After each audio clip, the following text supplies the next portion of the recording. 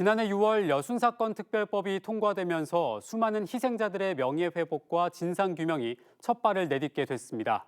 하지만 오는 21일 특별법 시행을 앞두고 조사위의 역할과 조사 내용을 둘러싼 우려가 커지고 있습니다. 이계혁 기자가 보도합니다. 특별법이 통과된 뒤 여순사건 첫 추념일이었던 지난해 10월 19일. 정부는 진상규명과 피해자 명예회복에 적극 나서겠다고 약속했습니다.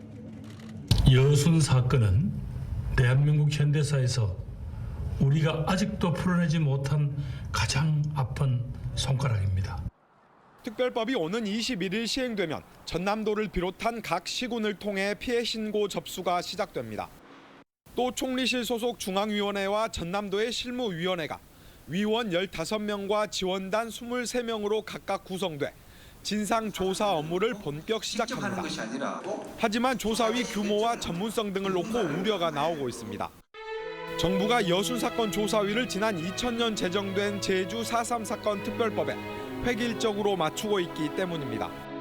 제주 4.3 사건의 경우 조사위 규모가 적어 12년 동안 5차례나 추가 조사가 이루어질 정도로 여러 문제가 많았습니다.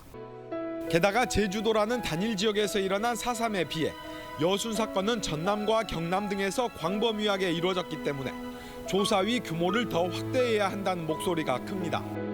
제주 4.3이 12년 동안 걸려 피해자 현황을 완성을 했다면 유족들이 나이가 자꾸 드시잖아요. 사건 조사는 빨리 해서 나머지 후속 작업들을 진행을 해야 되는데 지장을 받게 되는 겁니다. 또 기존 과거사 정리위원회에 접수된 800여 건의 여순 사건 관련 신고를 어떻게 처리해야 할지도 관건입니다. 여순 사건 특별법이 시행되지만 아직 넘어야 할 산이 많습니다. 피해자 명예회복과 진상 규명을 위한 지역사회와 정치권의 노력이 시급합니다. KBC 이계혁입니다.